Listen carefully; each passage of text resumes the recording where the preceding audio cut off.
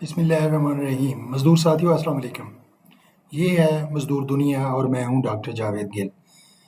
साथियों, आज का हमारा जो प्रोग्राम है उसमें हम आपके सवालों के जवाब देंगे और जो कमेंट्स आपने किए हैं उन पे अपना पॉइंट ऑफ व्यू देंगे।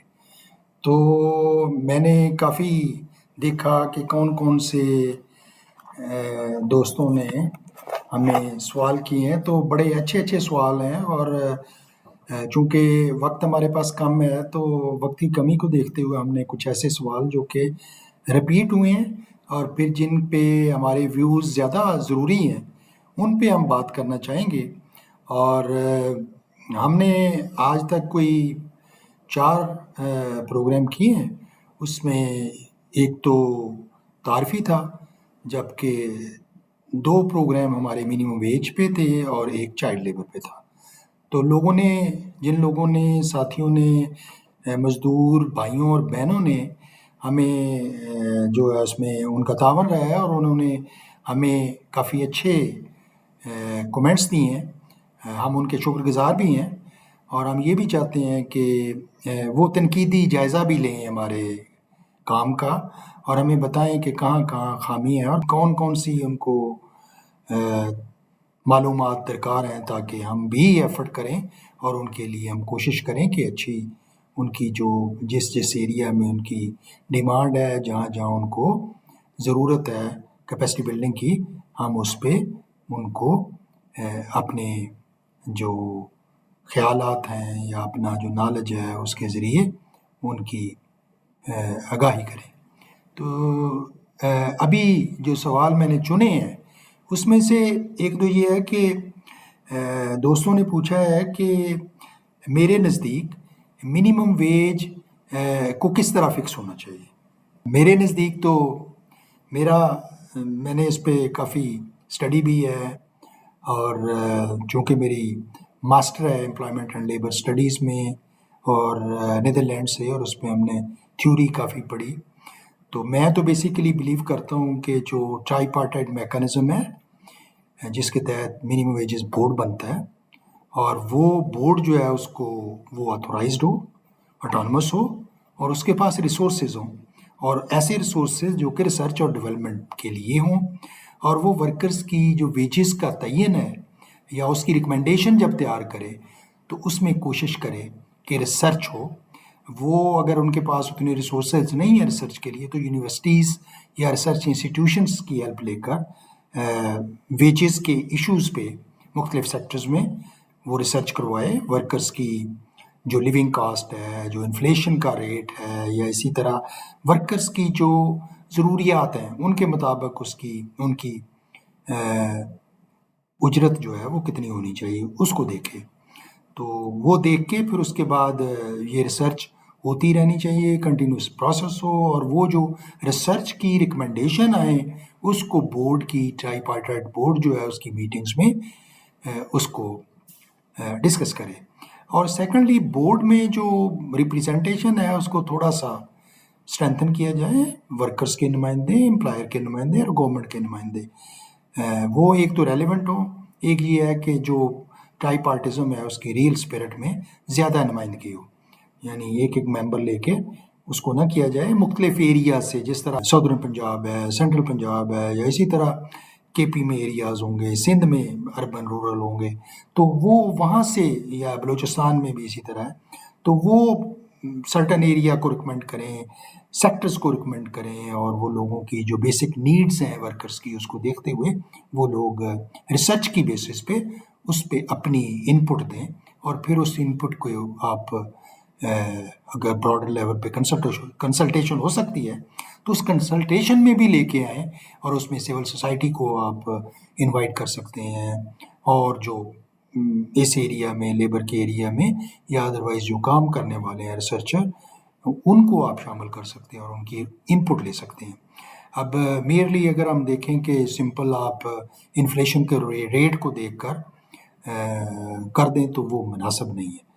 तो लिविंग कास्ट ज़रूरी नहीं है हर जगह आपकी एक जैसी हो, जैसे कि गाँव में लिविंग कास्ट कम हो सकती है शहरों में लिविंग कॉस्ट ज़्यादा हो सकती है, छोटे शहरों में लिविंग कॉस्ट कम हो सकती है, बड़े शहरों में लिविंग कॉस्ट जो है वो ज़्यादा होती है। इसी तरह वर्कर्स को मुख्तलिफ लिविंग स्टैंडर्ड जो है उसके हवाले से जो एमेनिटीज़ हैं उसको भी देखना पड़ेगा। तो इस तरह ये बहुत सारी एक बहुत बड़ी, मैं सिंपली ब्रीफली यही कह सकता हूँ, अदरवाइज़ इस पे बहुत सारी और इश्यूज़ भी हैं जिनको शामिल करना पड़ेगा।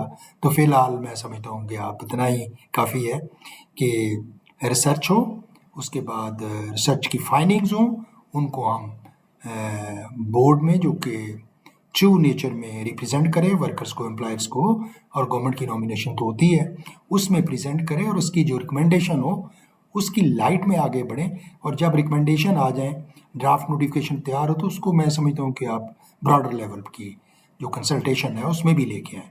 तो ये मेरा मिनिमम वेज के हवाले से है, और इसमें हम लिविंग के स्टैंडर्ड को, लिविंग कंडीशंस को, वर्कर्स की सारी जितनी भी उसकी है एवरेज फैमिली साइज देख के उसकी लाइट में हम सारा फूड बास्केट वगैरह वगैरह सारा हम देखें।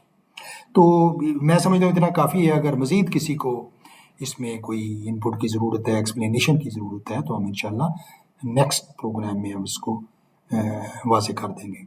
उसके अलावा एक सवाल है जो चाइल्ड लेबर के हवाले से जो हमारा प्रोग्राम था उससे मुतल्लिक है। उसमें दोस्तों ने पूछा है कि चाइल्ड लेबर पे एक तो स्टैंडर्ड कौन से हैं ILO के, फिर ये पूछा है कि बच्चा किसे कहते हैं। तो स्टैंडर्ड की अगर हम बात करें तो वो तो CRC है, convention of the rights of children है, और उसमें जो प्रोविज़न है कि इकोनॉमिक एक्सप्लॉयटेशन बच्चे की ना हो। लेकिन हम चूँकि लेबर में देखते हैं कि ILO के कन्वेंशन है, ILO का कन्वेंशन 138 है जो कि minimum age for admission to employment है। उसमें ये है कि मिनिमम एज जो है वो उसको स्कूलिंग के मुताबिक किया गया है कि जो कंपलसरी स्कूलिंग है उसके मुताबिक, और अगर हम उसको नंबर्स में लें तो वो 16 ईयर के करीब बनती है।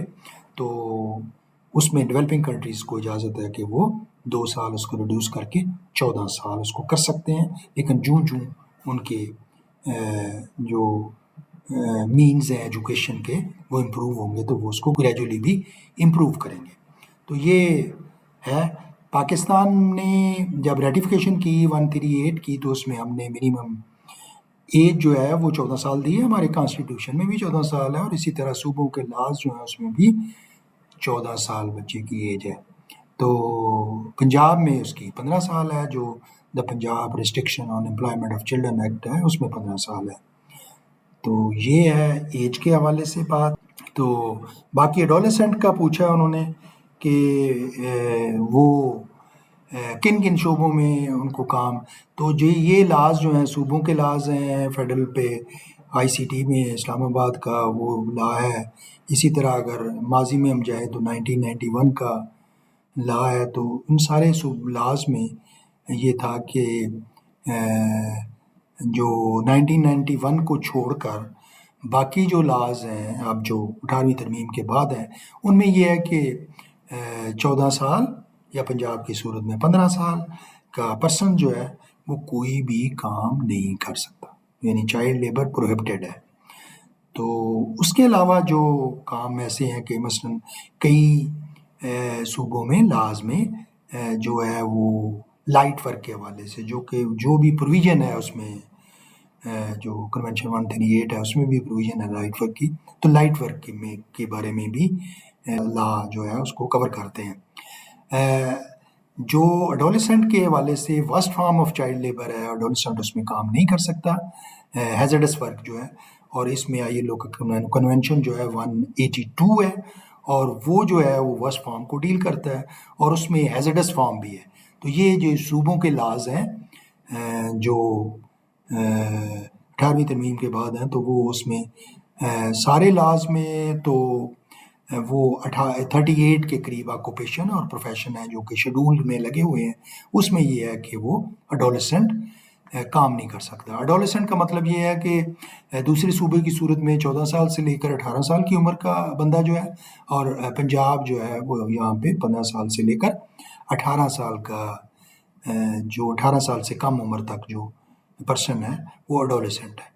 तो अदरवाइज़ जहाँ पे दूसरे काम हैं जो कि 38 के अलावा 38 ऑक्यूपेशन या वर्क्स के अलावा हैं, उन पे एडोलेसेंट काम कर सकता है, लेकिन उसके लिए सर्टेन कंडीशंस हैं कि वर्किंग आवर्स कितने हैं, कि 3.5 घंटे से काम ज़्यादा नहीं होगा इन स्ट्रेच, और उसके बाद जो है उसका वक्फा होगा और टोटल काम जो है वो 7 घंटे से ज़्यादा नहीं होगा वन डे में। और इसी तरह छुट्टियाँ हैं और इसी तरह वर्किंग आवर्स और वो फेस्टिवल हॉलीडेज़ वगैरह वगैरह सारी हैं। तो वो इसी लॉ में, जो चाइल्ड लेबर वाले लॉ हैं, उसी में मौजूद है।